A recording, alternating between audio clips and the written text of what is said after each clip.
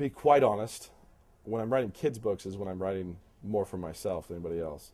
You know, I remember very vividly what I was like, what kind of stories I liked. I still like them.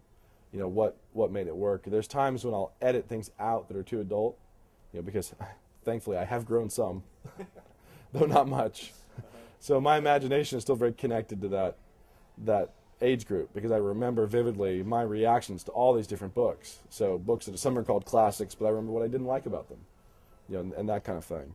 So there's that, but then I have kids, little kids right now, and they really do keep my imagination rooted at that low childish level where I'm always telling them stories. You know, we're always talking through stories. They're what my wife calls story piggies. It doesn't stop with them. They always want another one. They always want another one, but they always want to start making one up and have you help them finish it. And so we do a lot of that constantly. So I'm always communicating to that young imagination, because there's this percolation of what I was trying to do with all of my writing, which is blend my own experience, my own childhood, the experiences of a lot of American kids with classic fiction. So I was trying to bring even older than just British kid stories, but the Greek myths and so on, trying to bring those elements together with the Americana. But there was still that moment at 1 a.m. or so when I was up working and my wife came to see why I hadn't come to bed yet, and somehow in that conversation the phrase 100 little cupboards got used, and I immediately latched onto it and said, that sounds like a title for a book. So that was it. So that we started was it. with a title. Yeah, I said, that sounds like a title for a book. She said, it sounds dumb. That was her immediate impulse. It sounds dumb. Why? What kind of book would that be? I mean, 100 little cupboards? So I started working on that concept, scrapped the little from the title, just 100 cupboards, and started thinking, okay, what would that story be? If there was a story called 100 cupboards, what would it be? I started working for quite some time building the story in my head before I tried to write it. And initially I wanted to do it as one book, and it was just bloated and out of control. I don't know why I thought a concept with 100 doors to different worlds could be done in a single volume, but I did, and it obviously didn't work, so I broke it down in 3, and that was much more effective. Did your wife still think it was a bad title? No, she didn't. She didn't at all. I remember, at least, I don't know if he remembers this, I remember griping regularly about the books I was reading. So I would start reading books, and I would love some of them. If I loved them, I'd read them over and over and over again, but I was really quick to throw a book away. So I wasn't just this vacuum cleaner reader. I was really fast to snap to judgment and just dislike something passionately.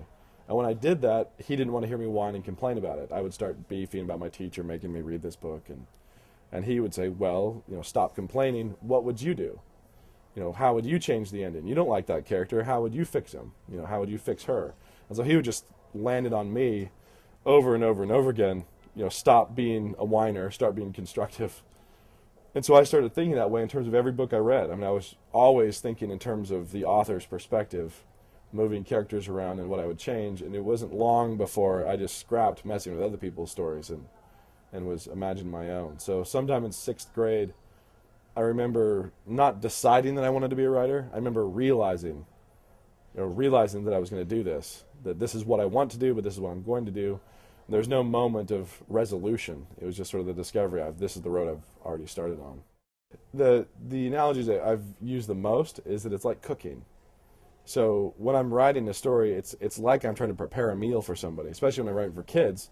You're trying to cook something for somebody else's imagination. I mean, you're going to go feed it to them and see what happens. And hopefully it's going to be great for them. They're going to be more curious and wanting to explore and all that kind of thing. So I think it's the same satisfaction of the execution at the end. You get to watch somebody consume it.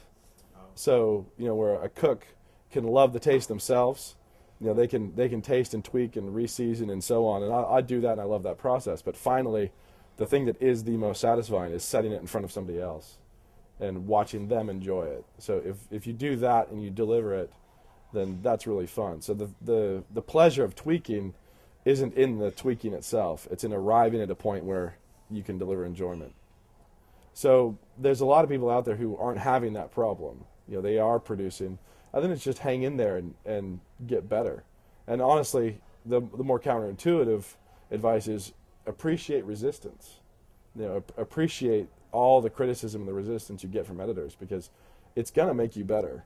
If they won't buy what you're writing, you're gonna keep working until they will. You're gonna keep going after it and changing and improving.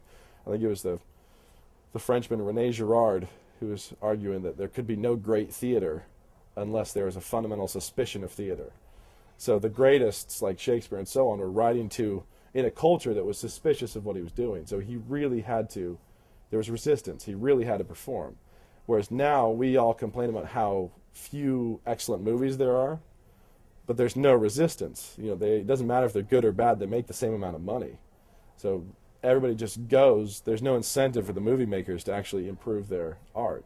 But as a writer, if the publishers are coming back saying, nah, I'm not interested, the editors are saying this is immature, or this character is not believable, or I don't like your world, or whatever, just enjoy that. It's like gravity to an architect. Enjoy it as resistance and know that it's going to improve you.